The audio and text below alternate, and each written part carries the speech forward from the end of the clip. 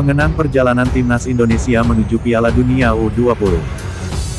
Namun sebelum masuk ke pembahasan ini jangan lupa subscribe dan aktifkan lonceng notifikasinya agar tidak ketinggalan berita terbaru dari channel ini. Timnas Indonesia U19 saat ini sedang mempersiapkan diri jelang berlaga dalam ajang Piala Dunia U20, yang akan dihelat pada 2023 mendatang. Skuad Garuda Muda, julukan Timnas Indonesia U19, menggelar pemusatan latihan di Kroasia. Pada laga terakhir mereka, yang dihelat di Stadion NK Junaksin, Split, Minggu, 11/10, Timnas Indonesia U19 mengalahkan Makedonia Utara dengan skor 4-1. Gol-gol Garuda Muda dicetak oleh Witan Sulaiman, Jack Brown, 2 gol, dan Irfan Jauhari. 42 tahun silam, Timnas Indonesia U19 juga sedang bertungkus lumus demi mendapat satu tempat di ajang Piala Dunia U20 1979. Waktu itu, Timnas Indonesia U19 diperkuat pemain-pemain seperti Bambang Nurdiansyah, Subangkit, Mundari Karya, Didik Darmadi dan sejumlah pemain muda potensial lainnya. Berbeda dengan Timnas Indonesia U19 saat ini, yang lolos otomatis berstatus tuan rumah, Banur dan kawan-kawan harus berjuang untuk mendapat satu tempat di Piala Dunia U19 1979, yang dihelat di Jepang tersebut. Tiket bagi Indonesia tersedia melalui jalur Piala Asia U19 1978, yang digelar di Bangladesh, 5-28 Oktober tahun 1978. Pada turnamen ini, pemenang dan runner-up mendapat tiket ke Piala Dunia U19 1979. Pada ajang ini, ada 18 negara yang ikut bertanding. Selain Indonesia, ada Afghanistan, Bahrain, Bangladesh, Republik Rakyat Cina, sekarang Tiongkok, India, Iran, Irak, Jepang, Yordania, Korea Utara, Korea Selatan, Kuwait, Malaysia, Yaman Utara, Arab Saudi, Singapura, dan Sri Lanka.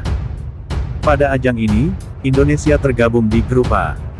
Skuad besutan Sucipto Suntoro tersebut bergabung bersama Irak, Malaysia, dan Yordania.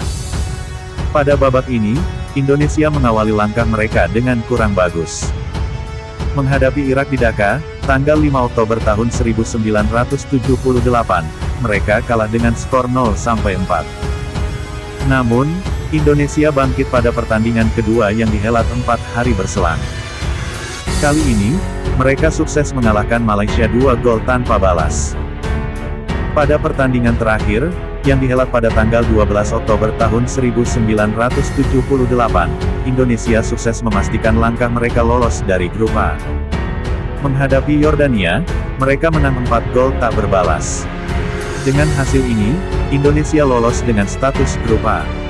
Banur dan kawan-kawan meraih 4 poin dari 2 kali kemenangan. Pada ajang ini, tim yang menang mendapat 2 poin.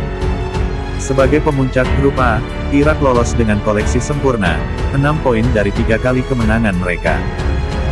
Lolos dari grup A, Indonesia ditunggu Korea Utara pada fase perempat final. Korea Utara lolos dengan status kampiun grup B. Pada fase grup B, Korea Utara, yang satu grup dengan Arab Saudi, Jepang, India, dan Sri Lanka, berada di posisi pemuncak klasemen. Mereka mengumpulkan 7 poin, hasil dari 3 kemenangan dan sekali hasil imbang. Indonesia sendiri mengalami kekalahan pada laga kontra Korea Utara. Dalam pertandingan yang dihelat di Dhaka, tanggal 22 Oktober tahun 1978, Banur dan kawan-kawan kalah dengan skor 0-2. Dengan demikian terhentilah impian mereka mendapat tiket ke Piala Dunia U20 1979. Sementara itu, Korea Utara sendiri harus menelan kekalahan pada fase semifinal. Menghadapi Korea Selatan, mereka kalah melalui adu penalti. Sementara, pada pertandingan semifinal lain, Irak sukses mengalahkan Kuwait, juga melalui adu penalti.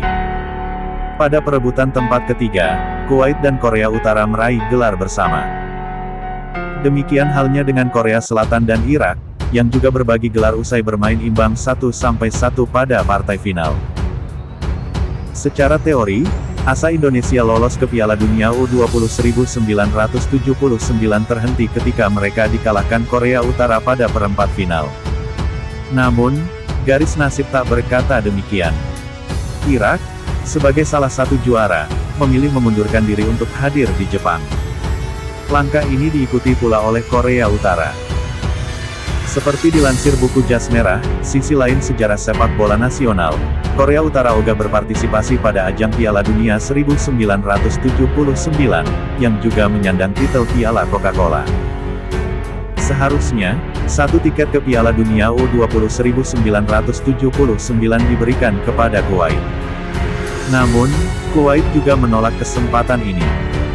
Setelah tim-tim tersebut menolak, jatah ditawarkan ke tim-tim yang lolos ke perempat final. Indonesia, Iran, Arab Saudi, dan Bahrain.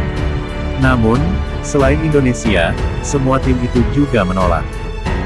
Keputusan Indonesia yang tak ikut-ikutan menolak jatah tiket ini mendapat apresiasi dari Joao Havelange, yang waktu itu menjabat sebagai Presiden FIFA. Dilansir dari buku Jas Merah, sisi lain sejarah sepak bola nasional, Havelange menyebut Indonesia bakal mendapat pengalaman berharga pada Piala Dunia U20 1979 di Jepang.